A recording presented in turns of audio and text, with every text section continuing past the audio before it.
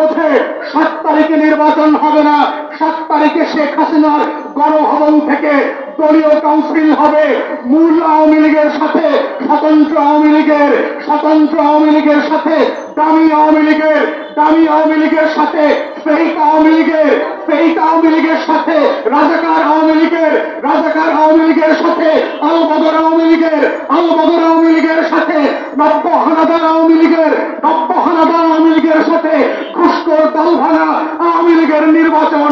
আওয়ামী লীগ ছাড়া এই নির্বাচনে কেউ নাই। এই বাকশালের নির্বাচন আওয়ামীময় নির্বাচন। 73 সালে আমরা দেখেছি 72% ভোট জালিয়াতি করে প্রথম বাকশাল থেকে নয়, 18 সালের 82% রাতের ভোটের নির্বাচন করে আপনাদের বৈধতার সনদ আসে নাই। একইভাবে বার্মা থেকে, কম্বোডিয়া থেকে, ফিলিস্তিন থেকে, আরব লীগ থেকে, রাশিয়া, চায়না থেকে অবৈধ নির্বাচনী পর্যবেক্ষক এনে 2024 সালে আওয়ামী লীগের শেষ রক্ষা হবে না। এটাই হচ্ছে পরিষ্কার বক্তব্য। যদি বিশ্বাস না হয় গণভবন থেকে বের হয়ে আসেন, জনতার কাতারে কথা বলেন, মানুষের কাছে জিজ্ঞেস করেন আওয়ামী লীগকে, নৌকাকে টাকা দিয়ে, ডলার দিয়ে, ব্যাংক দিয়ে প্রত্যেক মানুষের ঘরে ঘরে পদ্মা সেতু করে দিল, প্রত্যেকের ঘরে ঘরে একটা করে মেট্রো রেল করে দিল, মানুষ নৌকায় উঠবে না। প্রিয় দেশবাসী, নির্বাচনী নাটকের নামে যে নাটক মঞ্চস্থ হয়ে চলেছে, এটার জন্য 10,000 কোটি টাকার উপরে খরচ হবে। আমরা যারা বাংলাদেশে টাকা এবং ডলারের পার্থক্য বুঝি, এই রকম টাকা দিয়ে বাংলাদেশে শত শত হাজার হাজার মানুষকে 2 বেলা পেট করে খাওয়ানো যেত। কিন্তু এই নির্বাচনী নাটকের নামে আমরা দেখলাম জনগণের ট্যাক্সের পয়সায় আপনি আওয়ামী লীগের কাউন্সিল করছেন। এই কাউন্সিল করার মধ্য দিয়ে বাংলাদেশের লুটের টাকা আরো বেশি লুটপাটের সুযোগ করে দিচ্ছেন। এই লুটপাট করতে করতে অবস্থা এমন জায়গায় দাঁড়িয়েছে, গণভবনের দালালেরাও বুঝতে পারছে শেখ হাসিনাকে অ্যাডভাইজাররা বলছে মার্চ মাস থেকে দুর্ভিক্ষ হবে।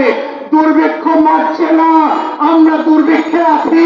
রিকশাওয়ালা ভাইদেরকে জিজ্ঞেস করেন চাল কিনে খেতে পাই কিনা, ডাল কিনে খেতে পাই কিনা, পেঁয়াজ কিনতে পারে কিনা, তেল কিনতে পারে কিনা, লবণ কিনতে পারে কিনা, চিনি কিনতে পারে কিনা। কোটি কোটি গরিব রিকশাওয়ালা, মজুর, দিন মজুর ভাইয়েরা, ভ্যান ড্রাইভাররা সবাই বলবে আমরা খেতে পাচ্ছি না, দুর্ভিক্ষে আছি, আমরা বছরে বছরে গরিব হয়ে যাচ্ছি। দুর্ভিক্ষের গল্প শোনাবেন না, আগামী মার্চে দুর্ভিক্ষ না, দুর্ভিক্ষ চলছে। যতদিন বাকশাল আছে ততদিন দুর্ভিক্ষ চলবে। সহিংসতা আর দুর্ভিক্ষের ভয় দিয়ে এটা মনে করানোর কোনো কারণ নাই। বাকশালের নির্বাচনে কেউ অংশগ্রহণ করবে না। বাংলাদেশের লক্ষ লক্ষ গরিব মানুষ না খেয়ে থাকবে। আমরা রোজা রাখা মুসলমান, দুর্ভিক্ষের ভয় দেবেন না। আমরা 7 জানুয়ারির নির্বাচনে না খেয়ে থাকলেও ভোট দিতে যাব না। দেশবাসী, আমরা সরকারকে পরিষ্কার ভাষায় বলে দিতে চাই, পৃথিবীর ইতিহাসে অনেক রাষ্ট্র এবং জাতিকে একই ভুলের মাসুল বারবার দিতে হয়েছে।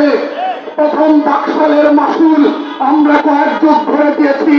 দ্বিতীয় বাকশালের জন্য বাংলাদেশকে আরো অনেক বছর সফর করতে হবে। ইতিমধ্যে ব্যবসায়ীরা বলেছে আমাদের পোশাক রপ্তানি 30% কমে গেছে এই বছর।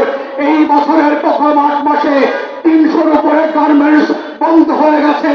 যদি আপনারা মানবাধিকারকে গুরুত্ব না দেন, আপনারা যদি গণতন্ত্রের পথে ফিরে না আসেন, বাকশাল কায়েমের এই পাগলামি বন্ধ না করেন, আরো শত শত গার্মেন্টস বন্ধ হয়ে যাবে, আরো লক্ষ লক্ষ কোটি কোটি মানুষ বেকার হয়ে যাবে। বাকশালের রাজনীতির পরিণতি হচ্ছে সশস্ত্রভাবে আবার নকশালকে রাস্তায় ফিরিয়ে নিয়ে আসা। বাকশাল আর নকশালের যুদ্ধে কেউ যেতে নাই। বাকশালও হারায় গেছে, নকশালও হারায় গেছে। দ্বিতীয় বাকশালও একইভাবে বাংলাদেশের ইতিহাস থেকে হারায় যাবে। সময়ের ব্যাপার মাত্র। যদি কিন্তু ব্যাপার না দেখেন, এই বাকশালের নাম কেউ মনে রাখবে না। যেভাবে প্রথম বাকশাল বাংলাদেশে গালি হয়ে গেছে, এই দ্বিতীয় আওয়ামী বাকশাল গালি আকারে হবে। মানুষ আর একজনকে গালি দিবে, তুই একটা বাকশাল, 7ই জানুয়ারি যারা ভোট দিবে তারা সবাই বাকশাল, সবাই আপনারা গালি দিবেন যে তুই একটা বাকশাল, তুই গণতন্ত্রের শত্রু, দেশের